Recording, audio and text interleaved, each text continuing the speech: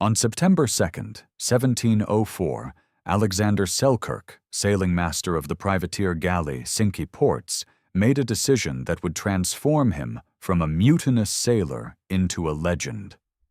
Standing on the volcanic shores of Masa Tierra, a desolate island in the Juan Fernandez archipelago some 400 miles west of the Chilean coast, he watched his ship vanish beyond the horizon. His crew had abandoned him at his own insistence after a bitter quarrel with the captain over the vessel's rotting condition. He carried with him a musket, gunpowder, a hatchet, a knife, a cooking pot, his navigation instruments, carpentry tools, a Bible, 2 pounds of tobacco, bedding, and spare clothing. Within hours, the full weight of his choice crushed down upon him. He called out desperately for the ship to return, wading into the surf and screaming until his voice broke. But Captain Thomas Stradling, determined to assert authority, refused to turn back. There was no rescue party waiting on the mainland. There was no scheduled return voyage. There was no easy way out. Alexander Selkirk was born in 1676 in Lower Largo, a modest fishing village in Fife, Scotland, with fewer than 1,000 inhabitants scattered along the north shore of the Firth of Forth. He was the 7th son of John Selkirk, a tanner and shoemaker of reasonable prosperity.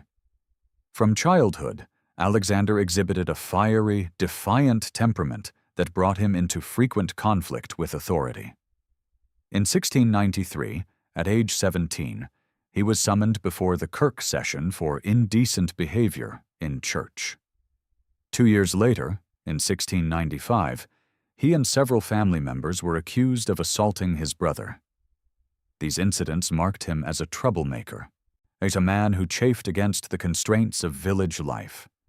The sea offered escape, adventure, and the possibility of fortune. Like many young Scotsmen of his era, Selkirk was drawn to the promise of privateering, a legalized form of piracy sanctioned by letters of marque during wartime. In 1703, at age 27, he joined an expedition departing from Kinsale, Ireland, under the command of the renowned English navigator and explorer William Dampier. It was the War of the Spanish Succession, and England had authorized privateers to raid enemy vessels along the coasts of Spanish America. The expedition consisted of 2 ships. Dampier captained the St. George, a 26-gun vessel with a crew of 120 men. Accompanying him was the Cinque Ports, a 16-gun galley carrying 63 men under the command of Captain Charles Pickering. Selkirk served aboard the Cinque Ports as sailing master, a position of significant responsibility requiring expert knowledge of navigation, seamanship, and ship handling. The voyage began with optimism and ambition. The crews were promised shares of whatever prizes they captured, and the South American coast was known to be rich with Spanish merchant vessels laden with gold, silver, and trade goods. On September 11th, 1703, the 2 ships set sail from Ireland, heading southwest toward the Atlantic. The journey was brutal from the outset.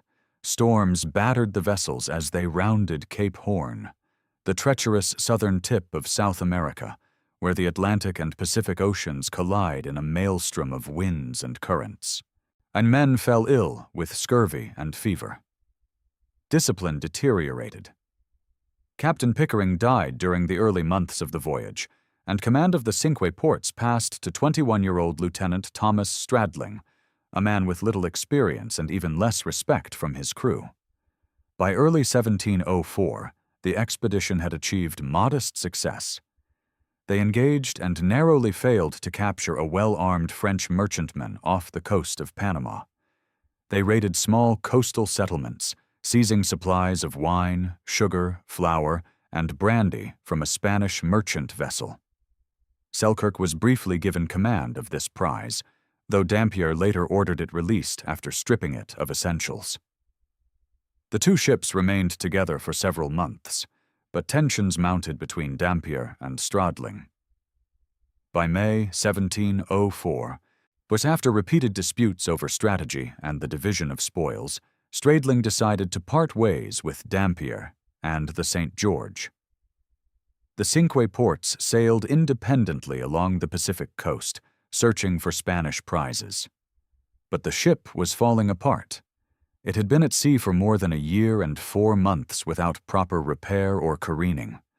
The oak hull, battered by storms and worm-eaten from tropical waters, was leaking continuously. 15 men were sick with fever. Others were racked by dysentery and scurvy. Selkirk, as sailing master, understood the vessel's structural integrity better than anyone aboard. He grew increasingly alarmed. He argued with Stradling that the ship was unseaworthy, that it would sink if they did not make landfall for extensive repairs. Stradling dismissed his concerns, insisting they continue raiding. By September 1704, the Cinque Ports was desperate for fresh water and supplies. Stradling ordered the ship to anchor at Mas a Tierra, one of 3 volcanic islands in the Juan Fernandez archipelago. The islands were known to Spanish navigators and had been used periodically as provisioning stations by pirates and privateers. They were uninhabited by humans, but Spanish sailors had previously released goats on the islands as a food source for future voyages. During the resupply stop, Selkirk's frustration with Stradling reached its breaking point. He declared openly that he would rather take his chances alone on the island than continue aboard a ship he believed was doomed. Stradling, humiliated in front of the crew and eager to reassert his authority, agreed immediately. He ordered Selkirk's belongings brought ashore. That Selkirk had expected his captain to back down, to recognize the absurdity of marooning a skilled officer over a disagreement. But Stradling called his bluff. As the crew began rowing back to the ship, reality crashed over Selkirk like a cold wave. He waded into the surf, begging to be taken back aboard. Stradling refused. The boats rowed away. The Cinque Ports weighed anchor and sailed north. Selkirk stood alone on the beach, the enormity of his isolation settling into his bones. Stradling's gamble proved catastrophic. The Cinque Ports foundered and sank off the coast of Colombia just weeks later, exactly as Selkirk had predicted. Of the 63 men aboard, only 8 survived. Captain Stradling and the few survivors were captured by the Spanish and imprisoned for years in Lima, Peru. The Mazatierra is a volcanic island approximately 12 miles long and 4 miles wide at its widest point, rising abruptly from the Pacific Ocean in jagged ridges and steep cliffs. Its highest peak, El Yunque, reaches over 3,000 feet above sea level. The island was formed by volcanic activity millions of years ago, part of a submarine mountain range far from any continental landmass. It is a place of extreme contrasts. Lush green valleys fed by streams and waterfalls, surrounded by barren cliffs and pounding surf. The coastline offers few safe landing points.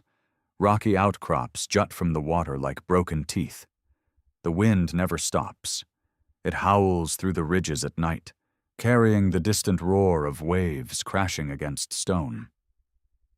The island's isolation is absolute. It lies more than 400 miles west of the Chilean port of Valparaiso, surrounded by thousands of miles of empty ocean in every direction. It is a place where human presence feels like an intrusion, where nature's indifference to suffering is made manifest in stone and water and wind. The climate is temperate but unpredictable. Storms sweep in from the Pacific with little warning, drenching the island in rain and fog. Summer temperatures rarely exceed 70 degrees Fahrenheit. Winter brings cold winds and rough seas that make landing nearly impossible. For a man alone, the island was both sanctuary and prison. Selkirk's first days were consumed by fear and regret. He remained near the beach, foraging for shellfish and spiny lobsters among the tidal pools. He built a crude shelter in a cave near the shore, or staring out at the horizon for hours, hoping to see sails. He later admitted that during those early weeks, he wrestled with overwhelming despair and loneliness. He could not bring himself to venture inland. The jungle beyond the beach was dense and forbidding, filled with strange sounds. At night, the roar of the sea mingled with the guttural bellows of massive creatures he could not see. Sleep was nearly impossible.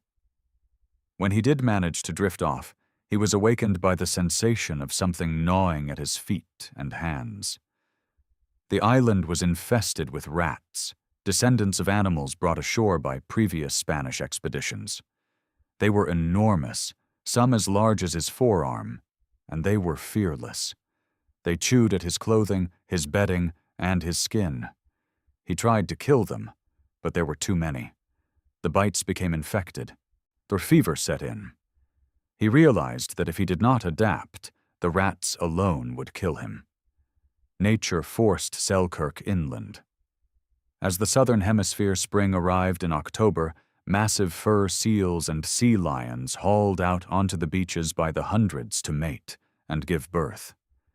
The bulls were aggressive, each weighing over 1,000 pounds, and they claimed every accessible stretch of sand. Selkirk's camp was overrun. He could no longer forage along the shore without risking injury from territorial males.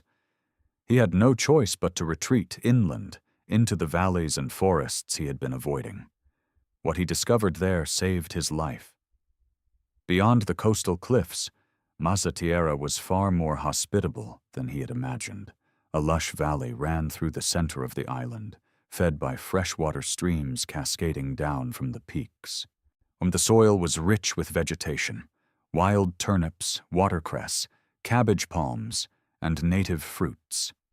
Even more valuable, the island was populated by hundreds of feral goats, descendants of animals left by Spanish sailors decades earlier. The goats provided meat, milk, and hides for clothing. Selkirk's initial attempts to hunt them were clumsy. He used his musket, but powder and shot were limited. He began to stalk them on foot, chasing them across the rocky terrain. The goats were fast and agile, but Selkirk was younger and relentless. Over weeks and months, his body transformed. His feet, constantly exposed to volcanic rock and thorns, hardened into calloused pads. His legs grew powerful from climbing. He learned to run barefoot across terrain that would have crippled him months earlier. By his own later account, for he became so adept at hunting goats that he could outrun them across open ground and bring them down with his knife. One hunt nearly ended his life. He was chasing a large male goat across a steep hillside when the animal veered suddenly toward a cliff edge. Selkirk followed without hesitation. The goat leaped. Selkirk, committed to the pursuit, leaped after it. They both plummeted down the cliff face, falling through empty air for what felt like an eternity. He struck the ground hard, the impact driving the breath from his lungs. Pain shot through his body. He heard and felt the snap of bone in his ribs. For several moments he lay motionless, certain he was dying. When his vision cleared, he realized the goat had landed beneath him. The animal's body had cushioned his fall, absorbing much of the impact that would have shattered his spine or skull. The goat was dead. Selkirk was alive, but barely. He could not move without excruciating pain. His ribs were broken or badly bruised. He lay at the base of the cliff for what he later estimated to be an entire day, drifting in and out of consciousness. When he finally managed to crawl back toward his camp, it took him hours to cover a distance that would normally require minutes. He spent days recovering, unable to hunt, surviving on water and whatever he had stored. It was the closest he came to death by his own hand. The incident taught him caution, a quality he had lacked in his youth. From that day forward, he hunted with more care. The rat problem, however, persisted. They continued to gnaw at him during the night, threatening infection and disease. But the solution came from an unexpected source. The island was also home to feral cats, another legacy of earlier Spanish visits. Selkirk began leaving scraps of goat meat near his shelters. The cats, initially wary, grew bolder. Within weeks, they began to approach him during the day. He spoke to them, offering meat from his hand. Slowly, carefully, he tamed several of them. They became his companions, sleeping near him at night and killing the rats that had terrorized him for months. He later told his rescuers that the cats numbered in the hundreds around the island, and that he had domesticated dozens of them. They slept on his chest, curled against his legs, and purred when he stroked their fur. They were his only tactile connection to another living creature. Without them, he admitted, the loneliness would have driven him mad. By October 1704, Selkirk had moved fully inland. He constructed 2 huts near a freshwater stream in a sheltered valley. Using his carpentry tools and the abundant pimento wood trees that grew throughout the island, he built sturdy shelters with grass thatching and lined them with goat skins for warmth and insulation. One hut served as his sleeping quarters. The other became a kitchen and workshop. He fashioned crude furniture, a bed frame, a table, shelves for storing meat and tools. He boiled goat meat in his single cooking pot, kindled fires with pimento wood, and supplemented his diet with wild turnips, cabbage palms, lobsters, watercress, and parsley. The pimento wood burned with a fragrant smoke that helped keep insects at bay. He collected rainwater in containers and drank from the stream. His daily routine became ritualized. He woke at dawn, tended his fires, checked his shelters for damage from storms, and hunted or foraged. Each afternoon, he climbed to a high vantage point overlooking the ocean and scanned the horizon for ships. He maintained 2 signal fires, keeping embers alive so he could quickly produce smoke if a sail appeared. He read from his Bible every day, often aloud, to preserve his ability to speak and to maintain some connection to the world he had left behind. The Bible became his most cherished possession, more valuable than his knife or musket. Its words gave structure to his days and comfort to his nights. Months stretched into a year. The psychological toll of isolation grew heavier. Selkirk later described wrestling with despair, guilt, and a crushing sense of abandonment. He spoke aloud to himself, to the cats, to the goats, and he sang hymns and psalms from memory, the sound of his own voice a reminder that he was still human. He built a calendar, marking the passage of days by carving notches into wood. He kept count of the goats he killed, eventually tallying more than 500 over the course of his marooning. As his clothing disintegrated from constant use and exposure to the elements, he fashioned replacements from goat hides. He stitched them together using strips of leather and a nail fashioned into a crude needle. His appearance grew increasingly wild: long hair, an untrimmed beard, bare feet blackened and hardened by volcanic rock, garments that resembled animal pelts more than human clothing. He looked less like a sailor and more like a creature of the island itself. Then, one day, in late 1704 or early 1705, his heart leaped. But from his lookout point, he spotted sails on the horizon. 2 ships were approaching the island. He raced down to the beach, gathering driftwood and kindling. He lit signal fires, piling on green branches to produce thick white smoke. He waved his arms frantically, shouting into the wind. The ships drew closer, dropping anchor in the bay. Boats were lowered. Men rowed toward shore. Selkirk felt a surge of relief so powerful it brought tears to his eyes. But as the boats came nearer, his relief turned to terror. The flags were Spanish. The sailors wore the uniforms of Spanish naval forces. Capture by the Spanish would be catastrophic. As a British privateer, he would be considered a pirate under Spanish law. He would face torture, interrogation, and likely execution, or at best, a lifetime of forced labor in the mines of Peru or Mexico. Selkirk turned and ran. He plunged into the jungle, abandoning his fires and his supplies. The Spanish sailors came ashore, searching the island for fresh water and game. They found evidence of habitation, the shelters, the goat skins, the tools. They spread out, searching for whoever had built the fires. Selkirk, his heart pounding, climbed into the branches of a tall, leafy tree and concealed himself among the foliage. He watched as Spanish sailors passed directly beneath him, muskets in hand. At one point, a group of men stopped under the very tree in which he hid. They talked, smoked, and relieved themselves against the trunk. He held his breath, certain they would hear the hammering of his heart or see movement in the branches. But they did not look up. Eventually, they abandoned their search and returned to their boats. Such and the ships sailed away. Selkirk remained in the tree for hours, trembling with fear and exhaustion. When he finally descended, he realized how close he had come to disaster. From that day forward, the sight of sails on the horizon filled him with as much dread as hope. As the months became years, Selkirk's possessions deteriorated.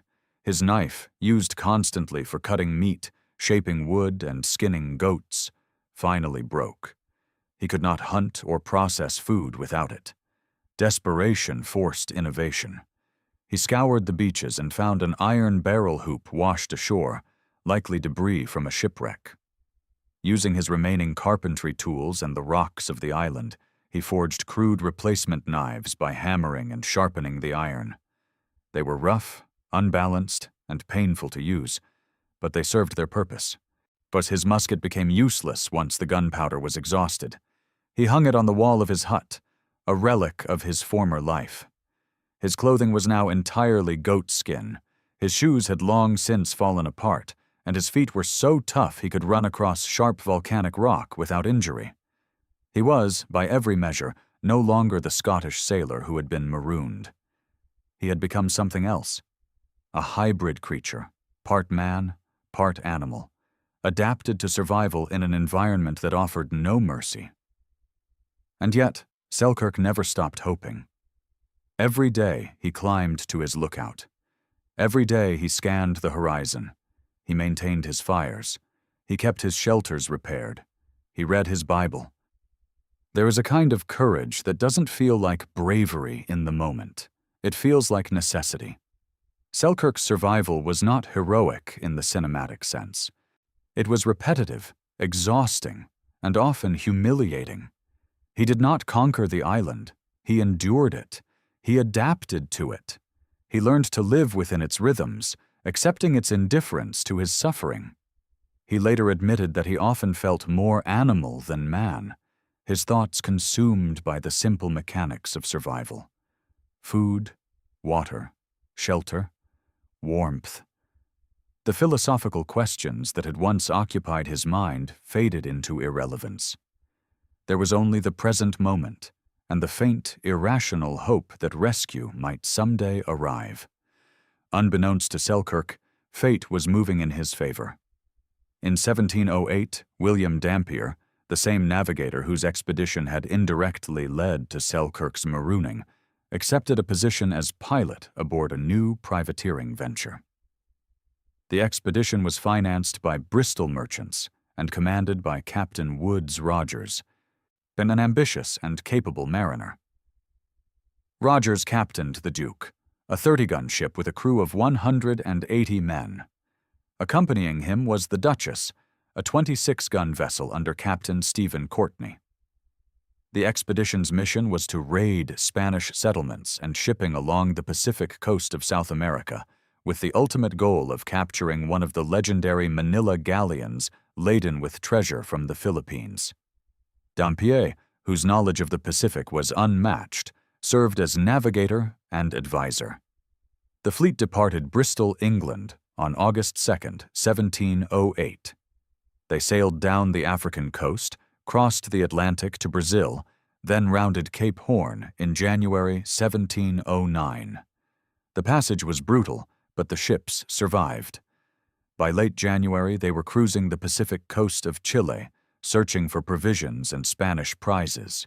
On January 31st, 1710, Woodes Rogers ordered the fleet to make for the Juan Fernandez Islands to resupply fresh water and wood. Dampier, familiar with the islands from previous voyages, guided them to Mas a Tierra.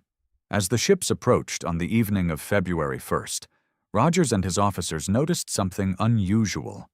From a high point on the island, a large fire was burning. Smoke rose into the sky, visible for miles.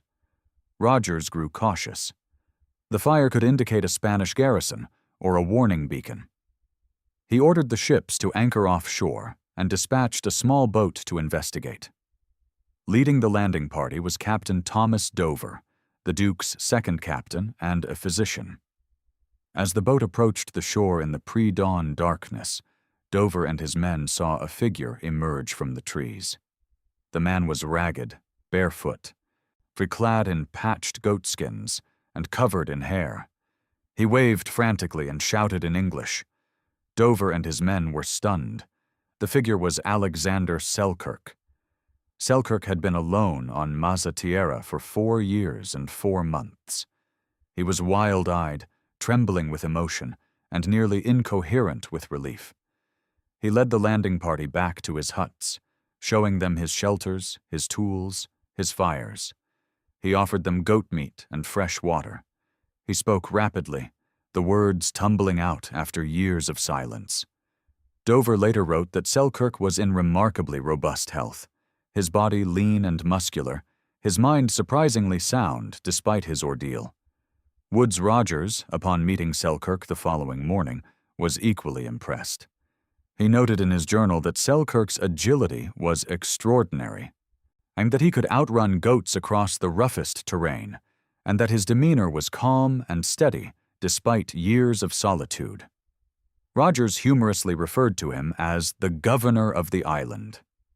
Selkirk recounted his story: the quarrel with Stradling, the marooning, the survival techniques he had developed, the near miss with the Spanish ships. He showed them the 500 notches he had carved to mark his kills. He showed them the cats that slept in his huts. Rogers, recognizing Selkirk's competence and experience, offered him a position aboard the Duke. Selkirk accepted immediately. He gathered what little he wished to take: his Bible, a few tools, and the goatskin garments that had kept him alive. He left the rest behind. Selkirk was appointed second mate aboard the Duke. And his privateering zeal reignited with the passion of a man given a second chance at life.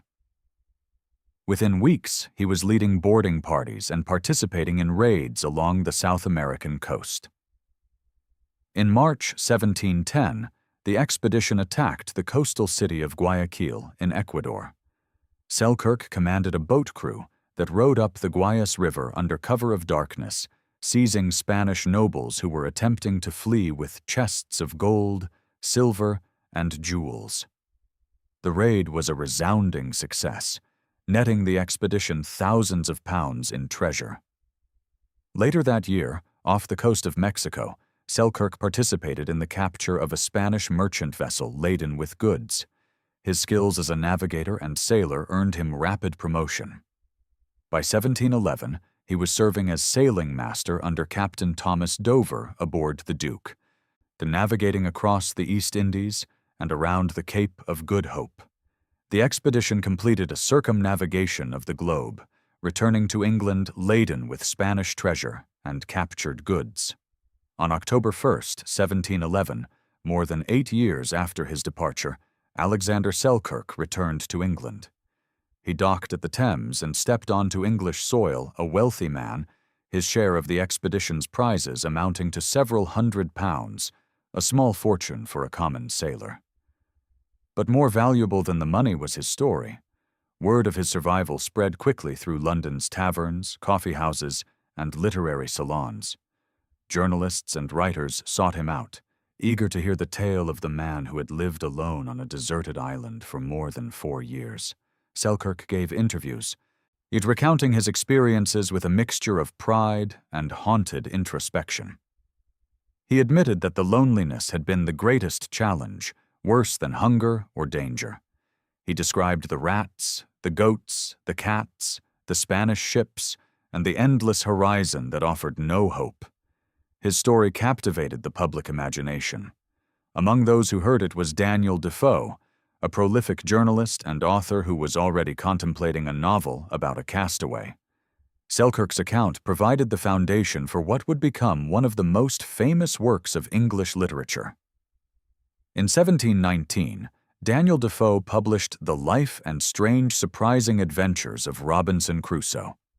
The novel was an immediate sensation, going through multiple editions and translations within months.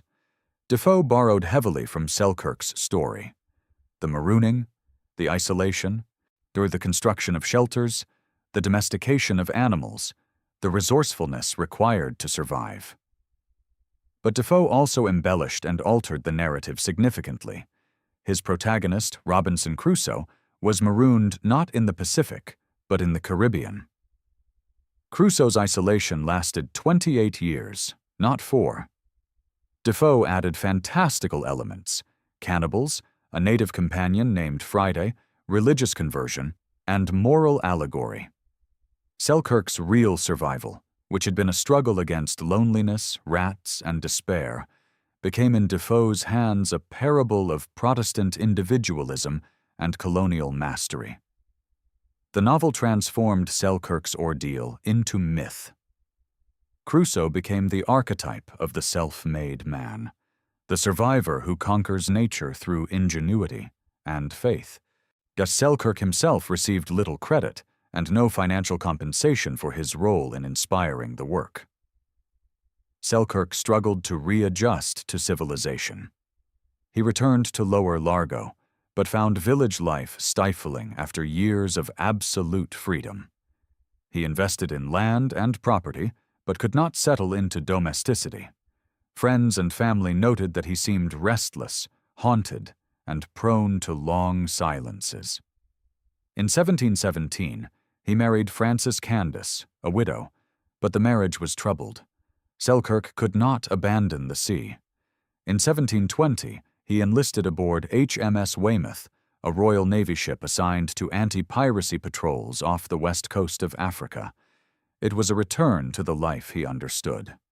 On December 13, 1721, while at sea off the coast of what is now Ghana, Alexander Selkirk died. The cause of death was recorded as yellow fever, a disease that ravaged sailors in tropical waters. He was 45 years old.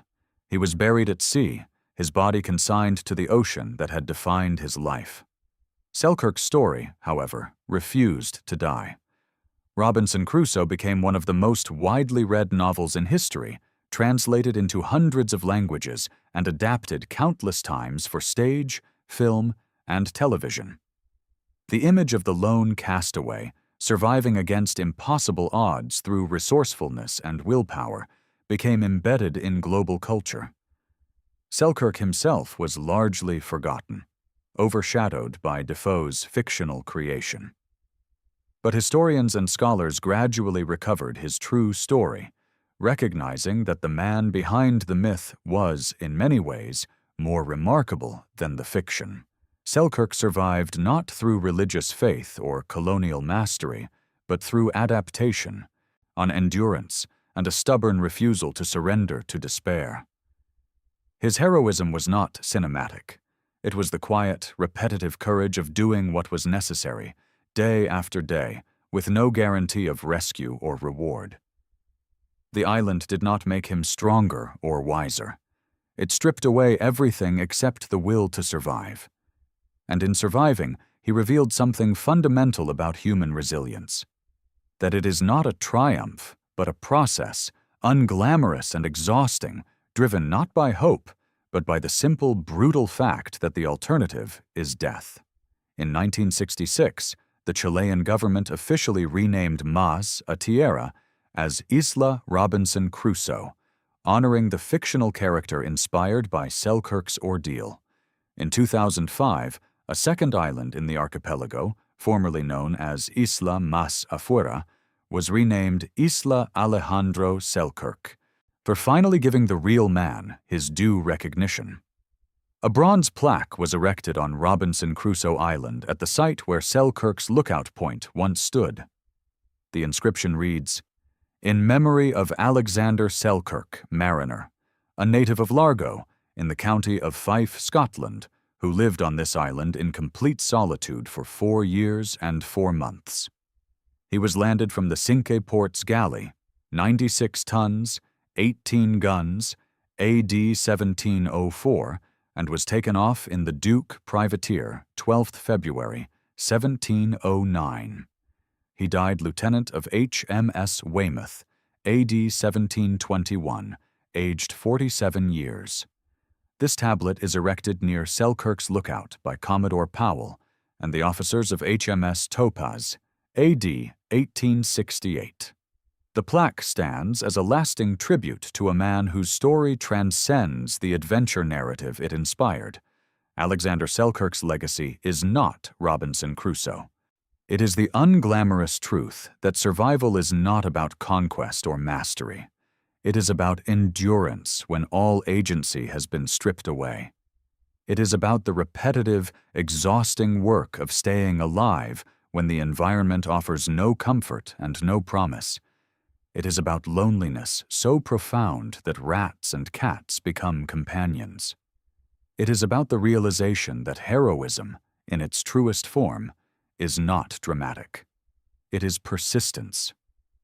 And in that persistence, Alexander Selkirk proved that the human spirit, when stripped of everything, can still refuse to break. If this story moved you, challenged your assumptions about what survival truly means, or made you rethink the myths we tell ourselves about heroism, please take a moment to like the video. It really helps the channel reach more people.